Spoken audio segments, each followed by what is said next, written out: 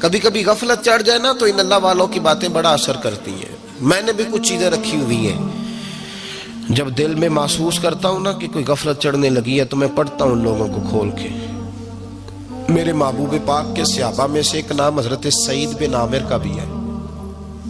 Governor بنایا تھا یا عامل بنایا تھا حضرت عمر نے انہیں، ایک صوبے پورے کا. آپ کے گورنر ہاؤس کے پاس سے گزرے تو گورنر ہاؤس پیدل چل نہیں سکتے آپ، اتنا بڑا ہے.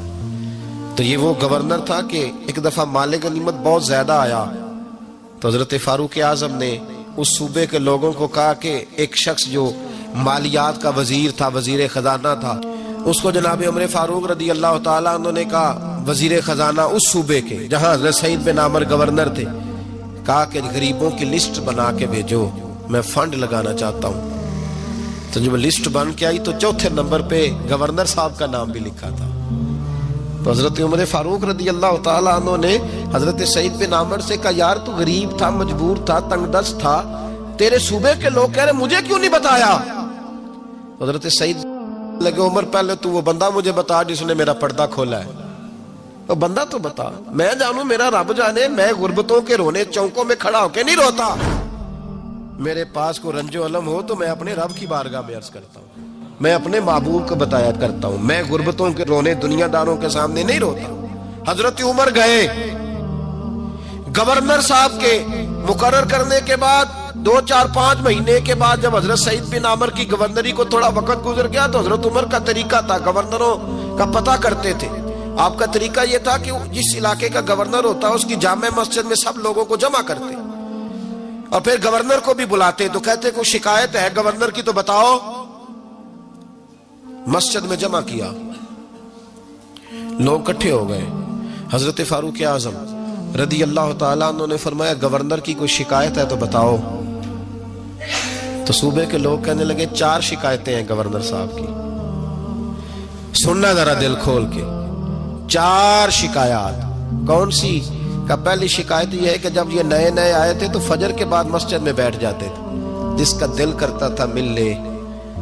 اب یہ فجر پڑھ کے گھر چلے جاتے ہیں اور اشراق چاشت کے وقت 8-9 بجے آتے ہیں. دوسری شکایت یہ ہے کہ یہ پہلے رات کو بھی ملتے تھے، اب صرف دن کو ملتے ہیں، رات کو نہیں ملتے.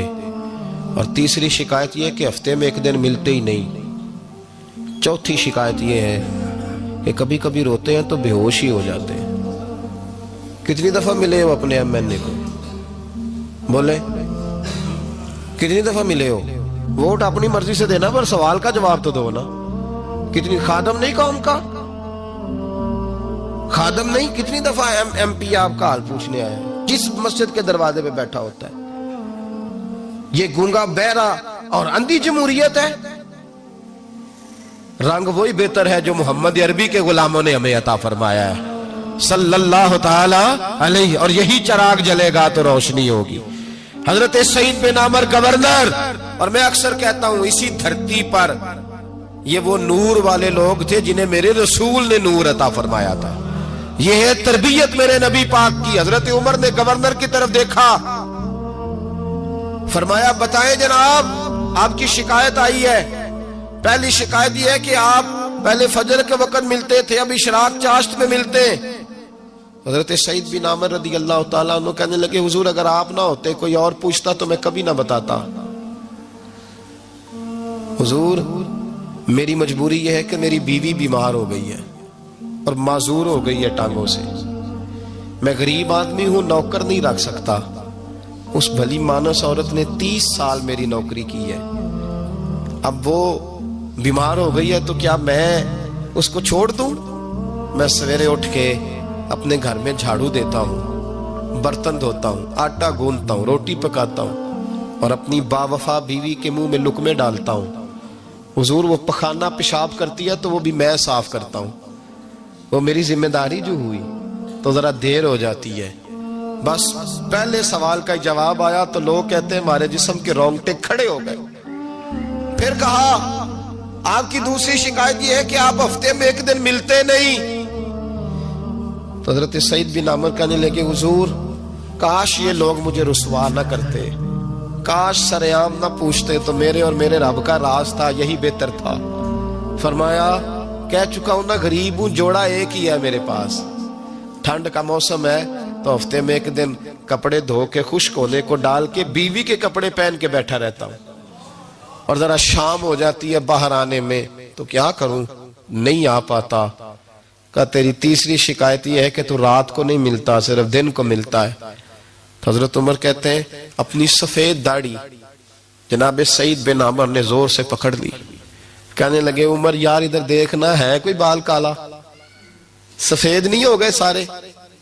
اس کا مطلب ہے پھل پک گیا, پتہ نہیں مالک کب بلا لے. گناہوں کی لسٹ بڑی لمبی ہے. مصلے پہ بیٹھ کے مالک کو مناتا رہتا ہوں, اس کو کہتا ہوں یہاں پردے رکھے ہیں تو وہاں بھی میرے پردے رکھنا. میں ساری رات دن میں نے رکھا ہوا ہے مخلوق کے لیے, رات رب کے لیے رکھی ہے. عمر کیا کروں, وہاں بھی تو جانا ہے نا, نہیں مل پاتا. حضرت عمر کی آنکھیں آنسوؤں سے بھر گئیں. فرمایا چل چوتھی بات بتا. کبھی کبھی بے ہوش کیوں ہو جاتا ہے روتے روتے؟ تو پھر رونے لگے.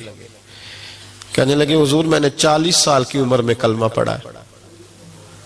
جب 40 سال کے گناہ یاد آتے ہیں تو پھر مجھ سے صبر نہیں ہوتا, اور سوچتا ہوں اگر ایک گناہ کا پتہ تے سارا ہے نا سردار نو کیتیاں دا, من آنم کے من دانم, پتہ تے سارا ہے سردار نو کیتیاں دا. اور جب 40 سال کی خطائیں یاد آتی ہیں تو رو پڑتا ہوں, اور سوچتا ہوں اگر مالک نے کھڑا کر کے پوچھا تو جواب کیا دوں گا. عمر میرے لیے دعا کر, رب میری 40 سال کی خطائیں بخش دے. حضرت عمر رونے لگے. جناب سعید بن عمر کہنے لگے بڑی باتیں ہو گئیں, میرے بڑے پردے کھل گئے, چل اب میری سزا کا اعلان کر میں جاؤں. عمر اب بتا.